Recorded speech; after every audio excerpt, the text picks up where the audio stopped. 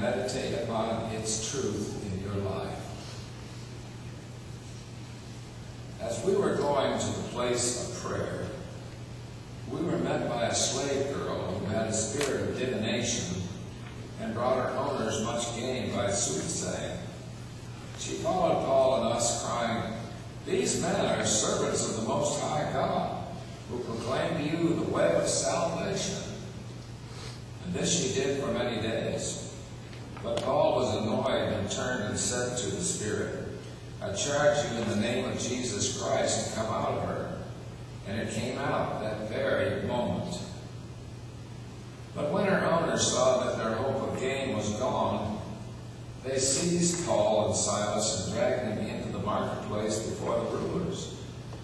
And when they had brought them to the magistrates, they said, "These men are Jews, and they are disturbing our city. They advocate customs which is not lawful for us Romans to accept or practice." The crowd joined in attacking them, and the magistrates tore the garments off of them and gave orders to beat them with rods. And when they had inflicted many blows upon them, they threw them into prison, charging the jailer to keep them safely. Having received this charge, he put them into the inner prison and fastened their feet in the stocks. But about midnight, Paul and Silas were praying and singing hymns to God. And the prisoners were listening to them. And suddenly there was a great earthquake, so that the foundation of the prison was shaken, and immediately all the doors were open, and everyone's fetters were unfastened. When the jailer awoke and saw that the prison doors were open, he drew his sword and was about to kill himself, supposing that the prisoners had escaped. But Paul cried out with a loud voice, "Do not harm yourself, for we are all here." And he called for lights and rushed in. And trembling with fear, he fell down before Paul and Silas and brought them out and said, "Men, what must I do to be saved?" And they said, "Believe in the Lord Jesus, and you will be saved, you and your household." And they spoke the word of the Lord to him and to all that were in the house. And he took them the same hour of the night and washed their wounds. And he was baptized at once with all of his family.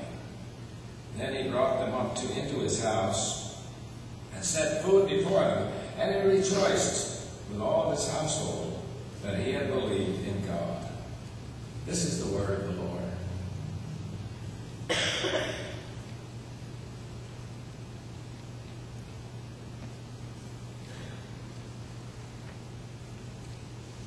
I come to you sort of incapacitated today, having had rotator cuff surgery, so please excuse the situation that I'm in.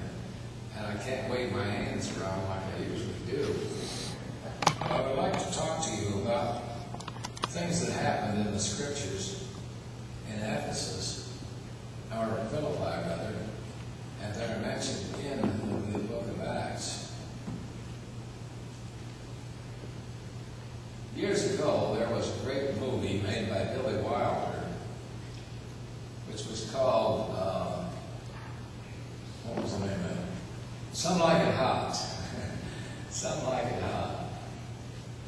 And in the closing scene, there's a very interesting scene as the speedboat goes off into the sunset. It has Joey Brown and Jack Lemmon in the front seat, Marilyn Monroe and Tony Curtis in the rear, in the back seat. And as they were going along, Jack Lemmon pulls off his wig because Joey Brown thinks that he has done a she, and he wants to marry her or him. And he rips off his wig and he says, "I can't marry you." And there's that wonderful last line where Joey Brown says, "Nobody's perfect." Our lesson from 1 Corinthians reminds us that the church of today needs to know that God calls into service of Christ, not the perfect, the wise, the powerful, excuse me, the most influential, but the foolish, the weak, the lowly, even the despised. That seems hard to believe. Not a few off-center people, too, are welcome into the kingdom, and it seems a strange thing that God seems interested in those who are weak and in lesser situation than others. But we think of these kinds of forgotten people who often become the leaders of the church. Here was David, a young lad called to be king. And then there was, what am I trying to say here? I lost my place. Oh yeah, here we are. And then there was the Rabbi Saul himself, who turned into Paul. He was certainly not a very high-standing person in the Christian church for a long time. Then there was the rabbi, then there was the denier of Christ, Peter. Even a harlot named Rahab is mentioned in the book of Hebrews. How could that be? Or consider Mary Magdalene. She was not the most perfect of persons. That should encourage us all. Now, as we turn to and think about the lesson in the book of Acts, which speaks about Paul and Silas as they ministered in Philippi, we see this off-center sort of situation developing right away. Now, he's had success in converting, or seeing that Lydia is converted, but then he comes against two very odd and strange people who think the Lord would have no interest in whatsoever. But here they are. First, there's the slave girl. The slave girl follows Paul and Silas day and night wherever they go. She follows along after them, shouting out and making a ruckus and awakening everybody. She is a disaster.